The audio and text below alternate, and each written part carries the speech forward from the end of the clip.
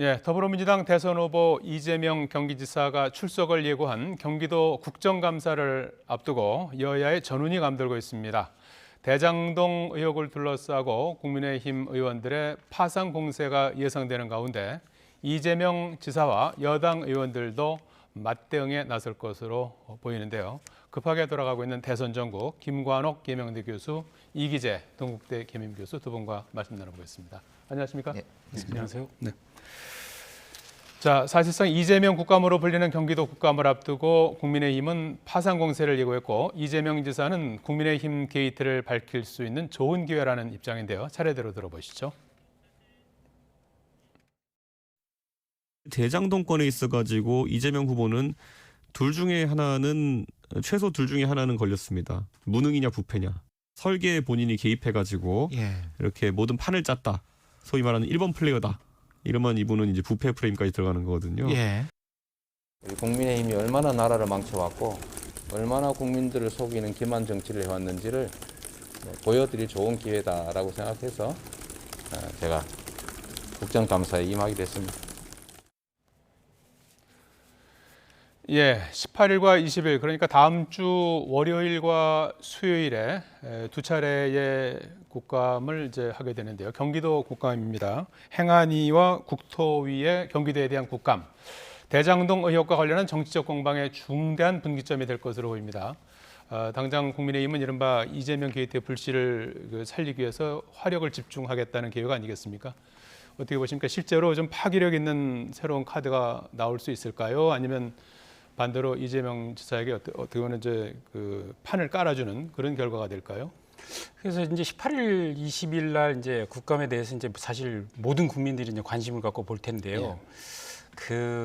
생각한 것 이상의 것이 나올 것인가 이 부분에 대해서 좀 약간 회의론적인 것이 많습니다. 왜냐면은 우선 이제 국민의힘 쪽에서 이제 파상 공세를 이어가려면 충분한 자료에 근거해서 해야 될 텐데 경기도나 뭐 성남시에 자료 요구한 것들이 거의 안 들어왔다고 하고 그다음에 뭐 증인 채택 이런 것도 여야 합의가 안 돼서 결국은 기존에 나와 있는 여러 가지 의혹을 갖고 정리해서 이제 질의해야 되는 수준이고 그나마 조금 좀 기대되는 거는 지금 이제 검찰에서 확보하고 있는 녹취록을 국민의힘 쪽에서도 확보하고 있다는 얘기가 있습니다. 그래서 그거를 가지고 그 녹취록을 틀면서 실질적으로 이제 그 이재명 지사한테 추궁을 하는 그 다음에 또 각종 이제 제보가 일부 들어와 있는 것들. 그 예를 들면 오늘 같은 경우도 뭐 김윤혜 의원이 그 남욱 변호사가 이제 대장동 주민 설명회에서 한 이야기를 일부 녹취록을 공개했지 않습니까? 그렇듯이 그런 것들을 일부 공개하면서 이재명 지사의 그 대장동 의혹의 그 연루 의혹들 이런 걸 좀 강화시키는 측면에서 제기될 수는 있겠다. 그렇지만 뭐 어차피 그 국정감사가 검찰같이 수사 권한을 갖고 있는 뭘 하는 건 아니기 때문에 기본적인 한계를 갖고 있다 이런 생각이 들고 어쨌든 프레임 싸움으로 민주당에서는 뭐 국민의힘의 그 측 인사들이 많이 개입돼 있다 그러면서 국민의힘 게이트로 몰아갈 것이고 또 뭐 국민의힘 쪽에서는 당연히 이재명 지사가 아까 이준석 당대표가 얘기했듯이 알았으면 부패고 몰랐으면 무능이다 이런 이제 프레임으로 격돌을 할 것으로 예상됩니다. 예. 이재명 지사는 사실 이제 당 지도부에서는 지사직을 좀 내려놓고 이제 국정감사에 이제 임하는 게 어떻겠느냐 이런 이제 권유에도 이제 무릅쓰고 이제 정면 돌파를 선택한 거 아니겠습니까? 그렇죠. 자신에게 이제 주어지고 있는 의혹을 이제 이번 기회에 좀 씻어버리고 거꾸로 이제 국민의힘 게이트로 부각하는 그런 계기로 삼겠다는 그러니까 전략이라고 해요. 본질을 좀 명확하게 이제 설명하는 기회로 잡겠다는 그런 계산인 것 같아요. 그런데 우리가 이제 원칙적으로 사실 이게 국정감사하고 경기도에 대한 감사거든요. 그러니까 이 사안에 대해서는 사실 성남시 사안이잖아요. 그러니까 여기에서 이건 물어보는 것이 대장동 의혹 사건을 물어보는 것이 원칙적으로는 적절하지는 않습니다.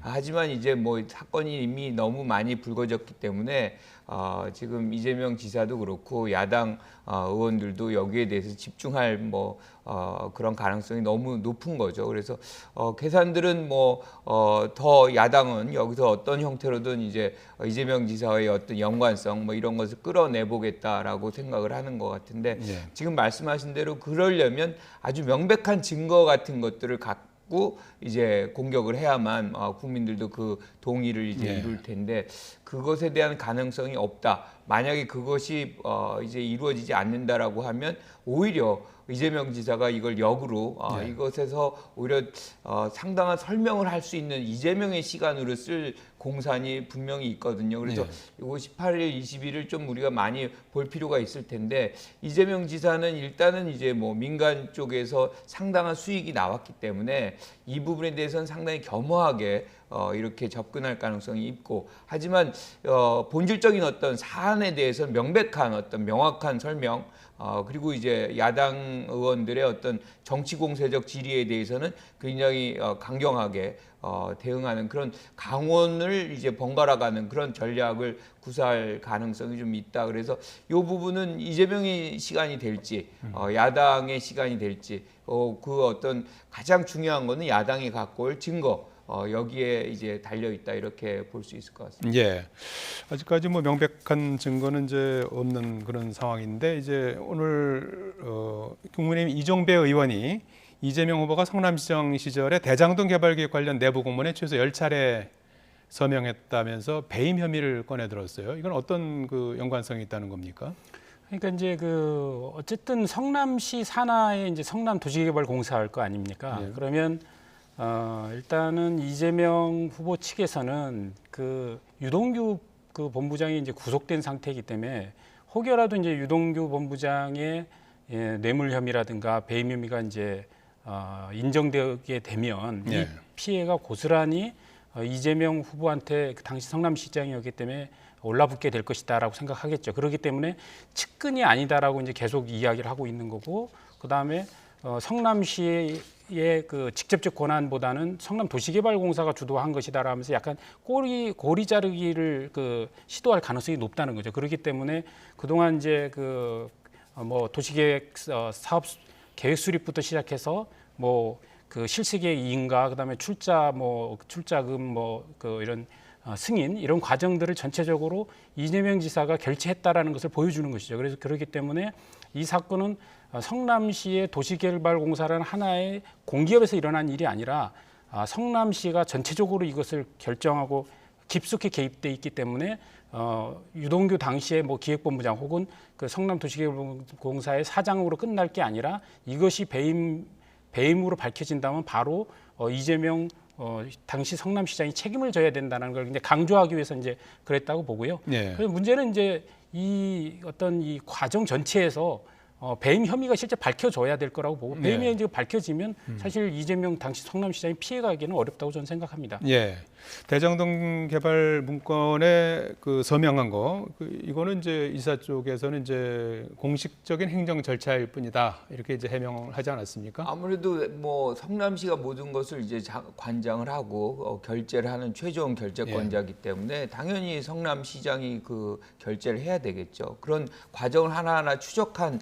그런 어떤 결재 문서들을 아마 갖고서 얘기하는 것 같은데 여기에서 가장 중요한 거는 배임을 허용하는 그런 특혜를 주는 그런 문건에 사실상 이재명 지사가 서명을 했는지 그것을 제시하면 딱 배임이 됩니다. 그런데 그것이 아니고 대장동 관련된 문서에 무조건 사인했으면 다 이게 배임이다. 라고 얘기하는 것은 이 적절치도 않고 설득력도 떨어지거든요. 그래서 이렇게 숫자로 대장동과 연동만 시키면 다 이재명 지사가 결과적으로 배임을 했다. 이거는 법적으로도 아마 적용력이 떨어진다라고 생각이 들어요. 그래서 분명히 특혜를 주는 예컨대 지금 우리가 가장 중시하는 것이 뭐냐면은 유동규 유동규 전 본부장이 사실상 그 민간업자였던 이 추가 수익에 관해서 그 리밋을 한도를 이제 제거해냈다. 그런 어떤 부분에 어떤 서명을 했다거나 암묵적인 지시가 있었다거나 만약에 그런 문건들이 나온다 그러면 배임을 피해가긴 굉장히 어렵죠. 하지만 그게 아니라 그러면 이 결제의 숫자 뭐 몇 개 했느냐가 중요하지 않다 이렇게 생각합니다.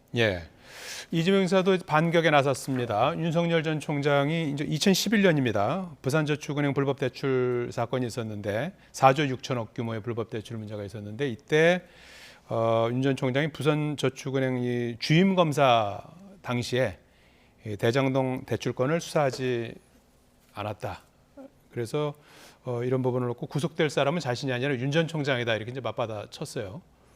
그러니까 어떻게 된 내용입니까 이건? 그러니까 부산저축은행 사건은 뭐 국민들도 다 아시다시피 2011년 그 무렵에 예. 부산저축은행만 그런 게 아니었죠. 2008년 금융위기 이후에 상호저축은행들이 한 20여 개 됐던 거로 기억하는데 다 이 부실 문제가 생겨갖고 연쇄 이제 그 도산하면서 영업 정지를 이제 당한 적이 있는데 그때 이제 대표적인 게 이제 부산저축은행이었고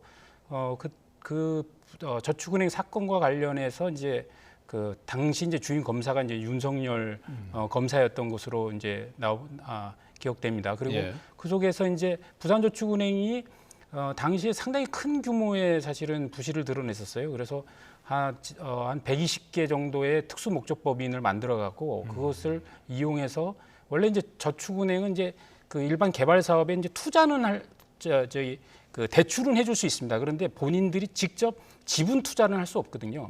근데 이 지분 투자를 편법으로 해서 지분 투자를 하면서 오히려 부실을 만들어 버려 갖고 그래서 막대한 이제 손실을 빚어 갖고 한 3만 명 넘게 이제 피해를 입게 되는 예. 사건이 있었는데 그거에 대해서 근데 당시에 여러 개 이제 그 부산저축은행에서 투자했던 사업이 있을 거 아닙니까? 예. 그 사업 중에 하나가 그 대장동이었는데 그 대장동에 대해서는 확실한 수사를 안 했다. 그 봐주기 수사 아니냐 이런 이제 의혹 제기를 하는 거죠. 그래서 이제 대장동과 관련해서 부산저축은행에서 대장동 이름이 나오는 건 맞는데 예. 이거는 사실은 2011년 경우에 발생한 문제고 지금 얘기되는 것은 사실 2015년에 어떤 민관 개발로 그 이제 그 성남시와 이제 그 개발업자들이 해서 이제 성남의 뜰을 만들어서 이렇게 했던 예. 그 프로젝트에 대한 것인데 이거를 바로 또 이름이 나오니까 연결해내는 거에 대해서 이제 예. 윤석열 후보 측에서는 이게 뭐 갖다 붙이면 되는 거냐 이렇게 좀 반발하고 있는 상황입니다. 예. 최근에 보면은 이 지사와 민주당이 윤석열 전 총장에 대한 어떤 공세 수위를 계속 높여가고 있는 모습인데요. 이건 어떤 배경이 있다고 봐야 되는 겁니까? 지금 제가 부산저축은행 얘기를 조금만 더 예. 하겠습니다. 그거를 이 지사가 이제 꺼낸 이유가 있습니다.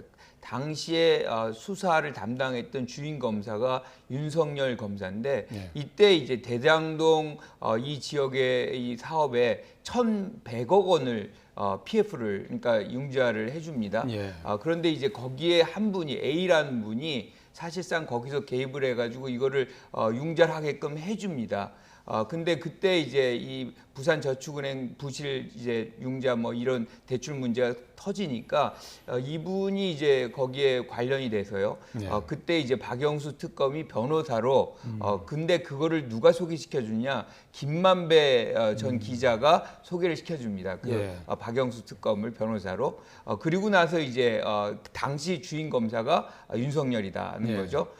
그때 당시에 이 1,100억 원에 대한 어떤 대장동 이 PF에 대해서는 수사를 안 해요. 예. 그리고 나서 이분이 2015년 수원에 관련된 수원지검에서 나타난 이 대장동 관련 수사에서는 이 구속이 됩니다. 이유는 그때 1,100억 원을 이제 융자를 해주는 과정 속에서 뒷돈을 10억 3천만 원을 받아요. 예. 이 부분이 그 당시에 만약에 윤석열 전 총장이 주임 검사로 있을 때 2011년도에 수사가 제대로 됐다면 여기까지 이어지겠느냐라는 얘기거든요. 그러니까 그런 연관성에 대한 부분들이 있기 때문에 사실은 이 지사가 얘기를 꺼낸 겁니다. 그리고 지금 말씀하신 대로 뭐 여러 가지 윤석열 후보에 관련된 부분들이 지금 드러나고 있잖아요. 그리고 고발 사주권 플러스해서 최근에 이제 징계 2개월이 적절했다. 이게 지금 재판부에서 1심으로 나온 거 아닙니까? 그리고 오히려 2개월이 문제가 아니라 이건 면직까지도 가능하다. 뭐 여러 이제 사실상의 어떤 뭐 채널 A와 관련된 감찰이나 수사의 어떤 부분에 대해서 방해를 했다는 것이 인정이 되고 재판부 사찰에 대한 부분이 인정이 되고 이러한 부분들이 사실 드러났기 때문에 공세를 강화하는 것이죠. 예. 자, 이래저래 이번 경기도 국감이 이제 그간에 이제 여러 가지 의혹을 놓고 상당히 치열한 공방전이 이제 예상되는 그런 상황 아니겠습니까? 이 지사로서도 이제 속시원히 어떻게 보면 해명할 수 있는 기회를 삼겠다는 입장일 것 같고, 당 지도부는 좀 차분하게 대응할 것을 주문했다고 해요. 그런데 이제 또 이 지사의 스타일상 또 격앙된 가운데서 또 어떤 역풍을 맞을 가능성은 없을까요? 어떻게 보십니까? 그러겠죠. 이제 뭐 다들 이제 관전 포인트 중에 하나가 이재명 그 지사가 어떤 태도로 이제 임할 거냐 이런 네. 거라고 보여지고요. 사실 내용은 이미 좀 많이 그 나와 있는 상태입니다. 그래서 국민의힘이 어떤 공세를 펼칠지도 대충 예상되고 또 이재명 후보가 어떤 논리로 방어할지도 거의 뭐 예상이 돼 있는 상태입니다. 단지 국민들은 그 갑론을박하는 과정에 이재명 지사를 바라볼 때 이제는 단순하게 이제 경기도 지사가 아니라 대통령 후보, 그러니까 집권 여당인 민주당의 대통령 후보로서의 이재명 그 지사를 바라볼 거거든요. 그랬을 때 그 각각의 국회의원들이 어떤 질의할 때 응하는 태도 이런 부분을 관심 있게 볼 거기 때문에 아마도 기존에 이제 그 송영길 당 대표라든가 이런 지도부 입장에서는 그 어떤 격정적인 이런 것보다는 좀 침착하게 설명하기를 원하는 것 같고요. 그래서 뭐 아무래도 이재명 후보도 그걸 다 염두에 두고 있기 때문에 네. 아마 상당히 조심하면서 좀 임할 거라고 보는데 문제는 이제 국민의힘에 얼만큼 날카롭게 준비된 창을 갖고 들이대느냐 저는 이거라고 생각하고 그랬을 때 지금 뭐 사보임을 통해서 좀 공격수들 전면 배치한다고 하는데 그것 또한 국회의장 동의를 또 받아야 하거든요. 그런 면에서 쉽지 않다고는 좀 하고 있습니다. 어쨌든 현재 뭐 국민의힘의 의원들이 상당히 준비를 하고 있으니까 결과를 한번 지켜보면 흥미로울 것 같습니다. 예. 지금 이 지사의 숙제 가운데 하나가 이제 민주당을 이제 원팀으로 만들어내는 일 아니겠습니까? 이 지사가 일단은 그 승복하면서 일단 경선 후유증은 이제 수면 아래로 이제 잦아든 그런 모습인데 그대로 이제 잦아들지 아니면 다 또 재연이 될지. 과연 민주당은 원팀으로 대선에 나설 수 있을까요? 어떻게 보십니까? 저는 뭐 시간의 문제라고 봅니다. 그러니까 결국에는 뭐 이낙연 후보도 이제 돌아오실 거고 공동 선대위원장이라든가 뭐 정권 재창출의 어떤 역할에 대해서 아마 더 적극적으로 나설 가능성이 있어요. 그런데 지금 우리가 뭐 아시다시피 한 1년여간 극단적인 아주 치열한 경쟁을 해왔고 마지막 장면이 사실 뭐 어떻게 보면 뭐 후보 사퇴에 대한 어떤 무효표 논란 거기다가 선거인단에 있어서는 또 이낙연 후보가 승리를 했던 부분이 있잖아요. 그러다 보니까 이낙연 후보의 지지자들이 반발 이것을 또 이낙연 후보는 그냥 뭐 아무 일 없었다는 듯이 또 그냥 묻어두고 갈 수도 없는 그런 장면들이 지금 여러 가지로 이제 불편한 장면들로 이어졌는데 지금부터는 뭐 당도 그렇고 이재명 지사도 그렇고 굉장히 포용적인 그런 자세로 이렇게 품고 가다 보면 이런 뭐 원팀은 자연스럽게 시간이 되면 뭐 되지 않을까 이렇게 생각합니다. 네, 이 전 대표는 기약 없이 돌아보겠다면서 자명을 이어가고 있는 상황 아니겠습니까? 이 전 대표가 본선에서 이재명 후보를 적극적으로 도울까요? 어떻게 예상하십니까? 우선은 조금 시간이 좀 필요할 거라고 네. 생각합니다. 우선 후보는 뭐 어쨌든 어쨌든 이제 실패를 한 거기 때문에 상당히 뭐 마음의 상처를 입었을 거라고 보고 단지 이제 그거로 이제 보통의 이제 승부면은 깨끗하게 승부할 텐데 이게 대장동 이슈가 아직 끝나지 않았지 않습니까? 그래서 이낙연 후보 측에서는 어쨌든 그 뭐 서른 선대위원장을 중심으로 해서 이거는 이재명 후보가 구속될 상황이다까지 얘기를 했고 또 여러 명의 제보자가 이재명 후보와 연결성을 한 증언이 있다고 얘기를 했기 때문에 그러면 이낙연 후보 입장에서는 어떤 확신을 갖고 있다는 거기 때문에 이것에 대해서 어느 정도 정리될 때까지는 좀 관망하지 않겠나 이런 생각을 좀 하고 있고요. 예. 그게 뭐 매듭이 좀 돼지면 그리고 연말로 가면서 결국은 뭐 국민의당의 후보가 결정되게 되면은 1대1 구도로 어떤 진영 논리에 의해서도 뭐 서로 원팀이 돼서 이제 움직이지 않을까 이렇게 예상합니다. 예. 자, 이런 후유증 때문인지 지금 최근에 여론조사를 보면은 사실 경선이 끝나고 나면 이제 어떤 컨벤션 효과도 기대할 법한데 이제 그런 부분보다는 오히려 이제 양자 대결에서 이재명 후보와 국민의힘 홍준표 의원의 지지율이 이제 홍준표 의원이 좀 앞선 그런 결과도 나오고 있고 또 윤석열 후보와는 이제 기존에 비해서 지지율 격차가 좁혀진 그런 이제 결과들이 따라 나오고 있지 않습니까? 이 결과는 어떻게 해석하십니까? 그러니까 지금 이낙연 후보를 지지했던 분들이 일종의 부동층으로 가거나 예. 일부는 또 오히려 야당 후보를 지지하는 그런 장면으로 이어진 결과다 이렇게 볼 수가 있는데요. 저는 뭐 이것이 가장 중요한 요소는 지속성이냐는 것이거든요. 이런 흐름이. 그런데 원팀으로 다시 복귀된다 그러면 다시 그것이 기존의 어떤 지지층으로 돌아갈 공산도 분명히 있기 때문에 예. 이것을 굳어진 뭐 이런 것으로 이제 판단하기엔 좀 아직 이르다. 뭐 이렇게 생각을 하고요. 또 한 가지는 지금 재밌는 건 홍준표 후보가 오히려 양자 대결 속에서는 약간 우위를 점하는 예. 윤석열 후보는 그것에 아직 못 미치는 뭐 오차 범위 내인지 바뀐지는 제가 좀 확인을 해봐야 되겠지만 오차 범위 어쨌든 안에서 그런 차이죠. 접전이죠. 예. 그러면 왜 이런 현상이 발생하느냐 그러면 저는 윤석열 후보 같은 경우는 오히려 확장성이 조금 더 제약을 받고 있다는 예. 것이죠. 반면에 이제 홍준표 후보 같은 경우는 중도나 뭐 청년층에서 조금 더 확장력을 지금 보여주고 있는 그 결과가 지금 이 상황에서 약간 우위를 점하는 그런 부분인데 제일 중요한 거는 지금 시점이 아니라 사실상 국민의힘의 이제 후보가 결정이 되고 나면 그때 가서 이제 사실상 1대1 구도가 완벽하게 정해지기 때문에 그 이후에 어떤 지지율 추이가 가장 중요하다 이렇게 말씀드리고 싶습니다. 예.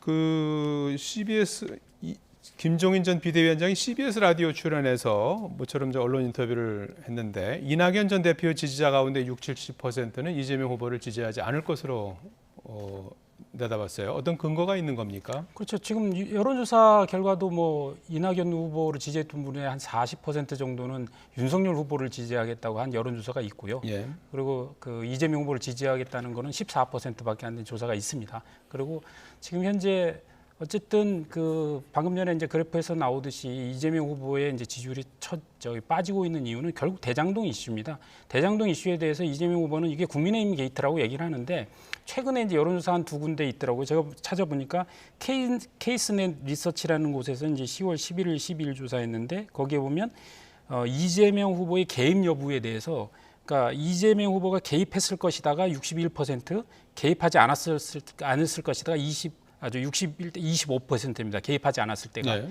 그러니까 국민들의 상당수가 개입했을 것이라고 생각하고 있는 것이고 그다음에 글로벌 리서치 조사에 의하면 이재명 후보의 책임이 더 크다가 56%, 그다음에 국민의힘 책임이 더 크다가 31%입니다. 그러니까 결국 이제 이재명 게이트냐 국민의힘 게이트냐 이렇게 지금 양당이 주장을 하고 있는데 전체적으로 국민들 특히 이제 거기 보니까 중도층이 볼 때는 상당수가 그 이재명 후보의 어떤 개입 그다음에 이재명 후보의 책임을 더 크게 보고 있다는 것이죠. 예. 그렇기 때문에 아마도 지지율이 지금 이재명 후보가 좀 낮아지는 결과를 지금 보여주고 있는 것 같기 때문에 결국 이게 이제 각각의 이제 그 공격과 수비 그다음에 소명들의 과정을 통해서 이 지지율이 굉장히 그 출렁일 가능성이 있기 때문에 대장동 이슈는 결국 대선에서 가장 큰 이슈일 수밖에 없다 이렇게 생각합니다. 예.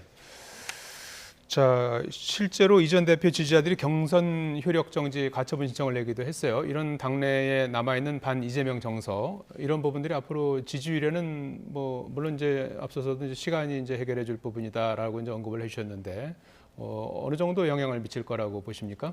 그러니까 지금 말씀하신 대로 사실은 부정적 효과가 지금 나온 부분이 있거든요. 그러니까 우리가 소위 말하는 컨벤션 효과라는 거는 두 명이 한 명으로 만들어지면서 표가 결집되는 그런 현상이 이제 만들어지는 것이 전형적인데 지금 요번에는 그런 부분이 안 나타났어요. 그런데 가장 결정적인 거는 사실은 이낙연 후보가 거기서 그 자리에서 바로 이제 손을 들어주지 않았던 부분들이 좀 지금 지지자들 층에서도 선뜻 이렇게 이재명 지사로 옮겨가지 못하는 그런 이유가 된 거거든요. 그래서 저는 이 부분은 뭐 범진보 진영이 사실은 시간이 흘러갈수록 이게 진영 대 진영의 어떤 대결 뭐 이런 속성이 이제 더 강해지는 그런 국면이 오기 때문에 이낙연 후보가 또 손을 들어주고 뭐 국감 이후에 가면 만날 가능성이 매우 높다는 거 아닙니까? 그리고 지금 문재인 대통령과의 어떤 만남 뭐 이러면서 구심점이 점점점 이재명 지사에게 이제 집중이 되는 과정 속에서 흩어졌던 어떤 표들 뭐 이런 것들이 다시 결집되는 그런 장면들은 만들어질 수 있다고 보고요. 아까 대장동 의혹 말씀하셨는데 이제 그 부분도 결과적으로 지금 상황에서의 어떤 책임 이런 소재를 이제 말씀을 하신 거고 여론의 흐름을 얘기하는 거지 네. 이게 이제 수사가 어떻게 진행이 되느냐, 그렇습니다. 수사 결과가 얼마나 나오느냐에 따라서 또 예. 이게 변동이 가능하거든요. 그러니까 예컨대 돈의 흐름이 어디로 갔다. 예. 지금 뭐 여당 같은 데서는 결국에는 돈의 이를 수혜를 받은 분들은 대부분 뭐 야당 의원이라든가 또는 뭐 법조계 인사들이라든가 여당과는 좀 거리가 있고 특히나 이재명 지사가 그런 것과 연루됐거나 받았다 뭐 이런 증거가 전혀 없다는 것이 있고 또 그것이 다시 한번 뭐 우리가 얘기하는 50억 클럽의 어떤 야당 국회의원이 조금이라도 나온다라고 한다면 이 국면이 새롭게 성격 규명이 될 수 있는 가능성도 있기 때문에 그것을 지금 확정적으로 얘기하는 것은 좀 먼저 나간 것이다, 많이 나간 것이다 이렇게 평가합니다. 예. 자, 이번엔 국민의힘 경선 상황 살펴보겠습니다. 어제 전 맞수 토론이 있었어요. 이 맞수 토론 방식은 당에서 이제 요구하는 형태가 되는 거죠? 네, 그렇습니다. 예. 그래서 뭐 처음부터 끝까지 이제 맞수 토론으로 이어졌는데요. 홍준표 의원과 윤석열 전 총장, 또 유승민 전 의원과 원희룡 전 지사가 1대1 토론을 이제 각각 했어요. 어떻게 보셨습니까? 그렇죠. 이제 그 1대1 토론은 이제 총 3번 하게 되는 거고요. 예. 첫 번째 토론을 어제 했던 건데, 그러니까 그 딱 두 명의 후보, 두 명의 후보 간에 이제 40분간의 이제 토론을 하기 때문에 상당히 그 깊이 들어간 토론이 가능합니다. 시간이. 예. 그래서 그 전에 뭐 8명이 할 때 뭐 한 5분밖에 토론 못한 거에 비해서는 이제 충분한 토론할 시간이었는데, 어제는 이제 처음으로 이제 그 원희룡 후보와 이제 유승민 후보가 했고, 근데 그 첫 번째 토론에서는 상당히 그 정책적 중심의 토론이 이루어졌습니다. 두 분 다 어쨌든 정책통이고 상당히 그 논리적으로 강한 분들이라 흥미진진하게 경제 문제, 뭐 최저임금 문제, 뭐 여러 가지에 대해서 이제 다뤘고, 그러면서 상당히 호평을 좀 받은 것 같아요. 그리고 그 이후에 이제 그 윤석열 후보하고 홍준표 후보는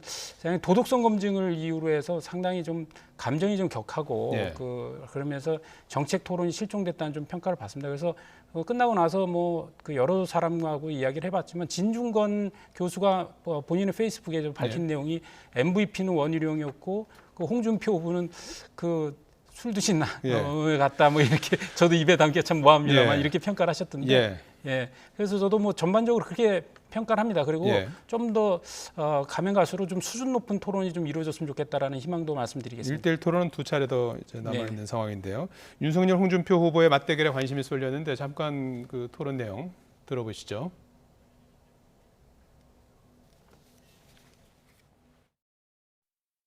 이재명 후보가 저는 역사상 여야 후보를 통해서 가장 도덕성이 없는 후보라고 봅니다. 거기하고 다를 바가 없다. 피장파장이다. 장모님 사건 같은 경우에는 도둑들끼리 모여서 책임 면제각서를 만들었어요. 그는 민사상 도둑이라고 얘기하시면 그것도 막말이 되시는 거죠. 아니요. 후보님의 처남이 어디 무슨 교도소 공사 준다고 그래서 실형 선고받고 이런 거는 본인 도덕성하고 관계가 없는 거죠. 아니, 그죠? 나하고는 없죠. 그 마찬가지죠. 그거는 지켜지지 않습니까? 당을 26년 지키셨다고 하면서 뭐 4선입니까? 5선입니까? 거기다 지사도 하시고 했으면은 좀 격을 갖추십시오. 자, 홍준표 의원은 윤 전 총장의 정신머리 발언 이후에 가만 안 두겠다면서 선전포고를 한 바가 있는데요. 어제 토론에서 맞수 토론의 승자 누구라고 보십니까? 그 가만 안 두겠다고 이렇게 공언한 그것을 감안한다 그러면 그렇게 성공적이었다라고 평가하기는 좀 어렵습니다. 그러니까 칼이 좀 매우 무뎌었다. 그리고 허공을 이렇게 자르는 그런 느낌이랄까요? 뭐 회부를 아주 찌르는 그런 어떤 날카로움을 전혀 보여주지 못했던 것이고, 반면에 지금 윤석열 전 총장 같은 경우는 과거에는 굉장히 수세적인 그런 어떤 태도였는데 어제는 굉장히 공격적으로 이렇게 나오는 거죠. 그러니까 칼 대 방패가 아니라 창 대 창에.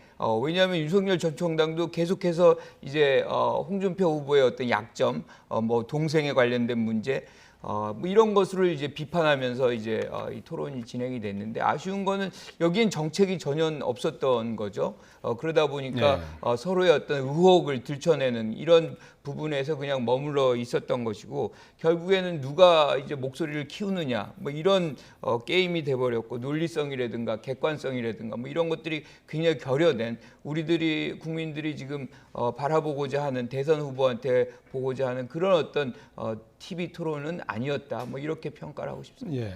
지금 4강 토론이 시작되면서 2대2 싸움이 되고 있다 이런 얘기들이 많이 나오고 있어요. 윤석열, 원희룡 그리고 홍준표, 유승민 이렇게 2대2 전선이 형성됐다 이런 얘기가 나오면서 그러다 보니까 윤석열, 원희룡 후보 뭐 단일화하는 게 아니냐 이런 전망도 나오는 것 같아요. 원희룡 전 지사는 펄쩍 뛰고 있는 상황이 그렇죠. 원희룡 후보는 펄쩍 뛰었죠. 그래서 그 윤석열 후보가 느닷없이 본인을 갑자기 칭찬하는데 2번 칭찬했는데 한 번 더 하면은 스토커로 신고하겠다고까지 얘기를 하셨는데, 그러니까 약간 그 구도적인 그 흐름이 그렇게 만들어지고 있는 건 사실인 것 같아요. 뭐냐면 원희룡 후보 입장에서는 어쨌든 이번 토론을 통해서 정책적으로 본인이 준비되어 있는 그리고 행정 경험도 충분히 갖추고 있는 어떤 후보임을 이제 드러내려고 하는 거거든요. 그래서 사실은 네거티브 같은 거에 이렇게 하는 것이 당 전체를 위해서도 바람직하지 않지만 또 본인이 여기서 국민들한테 보여줘야 되는 모습 속에서도 맞지를 않는 겁니다. 그러다 보니까 정책 대결을 원하게 되고 그러고는 윤석열 지금 후보가 원하는 것이기도 하거든요. 왜냐하면 윤석열 후보는 홍준표 후보나 또 유승민 후보로부터 계속 그 도덕성 검증을 요구받고 있기 때문에 그런 의미에서는 윤석열 후보 입장에서는 원희룡 후보를 본인하고 이제 런닝메이트 비슷하게 이제 맞춰가려는 토론에서 이런 걸 꾀하면서 이제 원희룡 후보를 계속 칭찬하고 있는 모양새고 원희룡 후보 입장에서는 본인은 이제 본인의 입장 속에서 정책 대결로 가져가야 되고 또 미래에도 미래에 또 자기의 가능성이 있지 않습니까? 그렇기 때문에 자기의 이제 그 네거티브를 지향하다 보니까 이렇게 같이 이제 묶여가는 것인데 저는 뭐 이렇게 단일화라든가 이런 가능성은 거의 없다고 보고요. 네 명의 후보가 마지막까지 자기의 그 주장을 하면서 갈 거라고 생각합니다. 시간이 1분밖에 없어서 이 중요한 질문 한 가지만 좀 여쭙고 마무리해야 될 것 같은데요. 다음 달 11월 5일에 이제 국민의힘 최종 후보가 선출이 되는데 이제 당원 투표 50% 이제 여론조사 50% 당원 투표는 이제 하면 되는 거고요. 여론조사 이제 50%에서 문항을 어떻게 할지를 놓고 지금 상당한 또 신경전이 치열할 것 같아요. 어떻게 될 것 같습니까? 그러니까 이거를 이제 예컨대 이제 가상 후보랑 이제 직접적으로 예컨대 이재명 지사와 한 명의 후보들을 직접 대서 이제 가상 대결 방식으로 양자 대결 방식으로 질문을 할 것이냐 아니면 전체적으로 경쟁력이 누가 셀 것이냐 뭐 이걸 기준으로 해서 이제 질문할 것이냐를 나눌 텐데 여기에 유불리가 좀 갈려요. 그러니까 전체적으로 경쟁력이 누가 세냐라고 한다면 기본적으로 지지율을 기반으로 해서 답변이 나갑니다. 그러면 이제 윤석열 후보가 좀 유리할 수가 있겠죠. 하지만 지금 양자 대결 구도로 가상 대결로 가면 사실은 거기에 후보의 어떤 특징들이 나올 수가 있거든요. 그러면 예컨대 뭐 내가 보기엔 토론을 뭐 원희룡 후보가 잘한다. 그러면 원희룡 후보한테 더 실어 갈 수도 있는 것이고. 그래서 조금 더 분화되는 다른 어떤 이 성격의 어떤 결과가 나올 수가 있거든요. 그래서 이거는 아마 유승민 후보나 원희룡 후보나 홍준표 후보 같은 경우는 가상 양자 대결의 어떤 설문조사를 선호할 것이고 전체적으로 반대로 윤석열 후보는 전체적인 경쟁력을 물어보는 설문조사를 선호하지 않을까 이렇게 생각합니다. 예, 알겠습니다. 예, 다음 주 이재명 경기지사가 출석을 예고한 경기도 국정감사 그리고 또 의혹의 중심에서 남욱 변호사의 귀국으로 대장동을 두고 가파르게 형성된 전국 긴장도 최고조에 이를 것 같습니다. 진실이 드러나는 국감 수사가 되길 기대해 보겠습니다. 김관호 계명대 교수, 이기재 동국대 겸임교수와 말씀 나눠봤습니다. 고맙습니다.